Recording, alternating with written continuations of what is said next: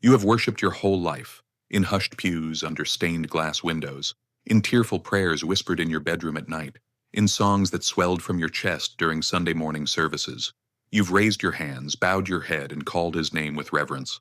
You've been told that this is what he wanted, that to worship Jesus is the highest calling, that to lift him up is to be faithful. It felt sacred, it felt right. But what if I told you that worship was never what he asked for? What if I told you? You were given a piece of the message, but not the whole. A fragment, beautiful, yes, but incomplete. Somewhere between the dusty roads of Galilee and the doctrines of Rome, between the parables on the Mount and the pulpits and cathedrals, a shift occurred. Not by accident, not by time, but by intention. It was removed, erased, silenced.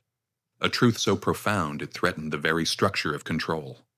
A message so dangerous it could not be allowed to remain intact. A circle was broken, a circuit severed, a relationship turned into ritual. But tonight, you are going to remember what was taken. Not because I am here to teach you, but because your soul already knows. It has always known. You felt it in the hollow silence after your prayers. You felt it in the dissonance between reverence and distance.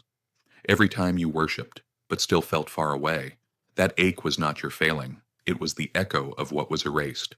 By the end of this video, you will not just learn what Jesus actually taught. You will feel why they had to suppress it, and you will speak the words that reconnect what was severed. This is not information, this is activation. For nearly 2,000 years, billions of people have lifted their hands, bowed their knees, and declared Jesus is Lord, in worship, in song, in doctrine. But here's what almost no one knows. Jesus never asked to be worshipped. He asked to be followed. The version you were taught was edited, trimmed, repackaged to serve an institution. The early church did not preserve the teachings, it curated them. They chose which gospels you would read, and which were too dangerous. They decided which words were safe, and which were too empowering. They kept the man, but erased the method. And this worship, was no exception.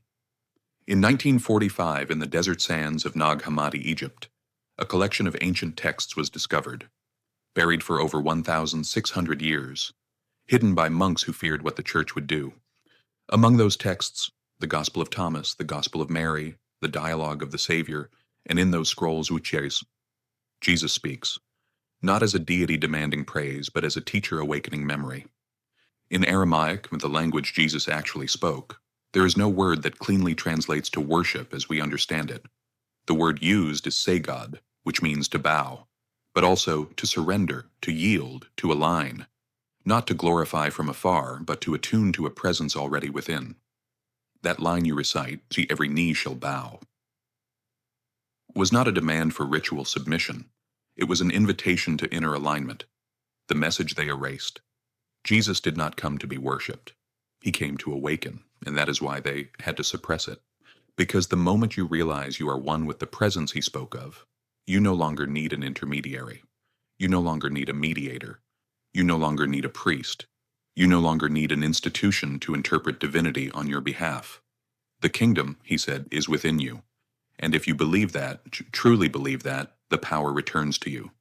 So they cut the line. They replaced awakening with worship, embodiment with idolization, mysticism with hierarchy. This shift didn't happen by mistranslation. It didn't vanish in time. It was a calculated editorial shift. By the 3rd and 4th centuries, after Constantine legalized Christianity, the faith was transformed from a movement of personal awakening into a state religion. And the church faced a problem. Jesus taught that God is not a far-off king, but a presence alive in you. That the temple is not a building, but your very body. That the Spirit is not reserved for the elite, but breathes in every soul. If this was true, why would anyone need a bishop? Why pay indulgences? Why submit to hierarchical control? The mystical teachings of Jesus could not survive in the empire's machinery, so slowly, carefully. They edited. They kept the words that made you feel small. They removed the ones that reminded you of your divine origin. They preserved the miracles, but buried the method.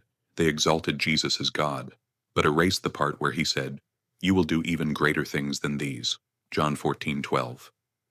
In its original form, Jesus' message was not about worship. It was about transformation. He did not say, "Bow before me." He said, "Follow me." Not to place him on a pedestal, but to walk the same path, to breathe as he breathed, to see as he saw, to become what he embodied. But a transformed people cannot be controlled, so they hid the path. Let us return to the words you've heard so many times, not as theology, but as technology. Each phrase is a frequency, each command a code. Let us decode what Jesus truly taught, and what it means for you now.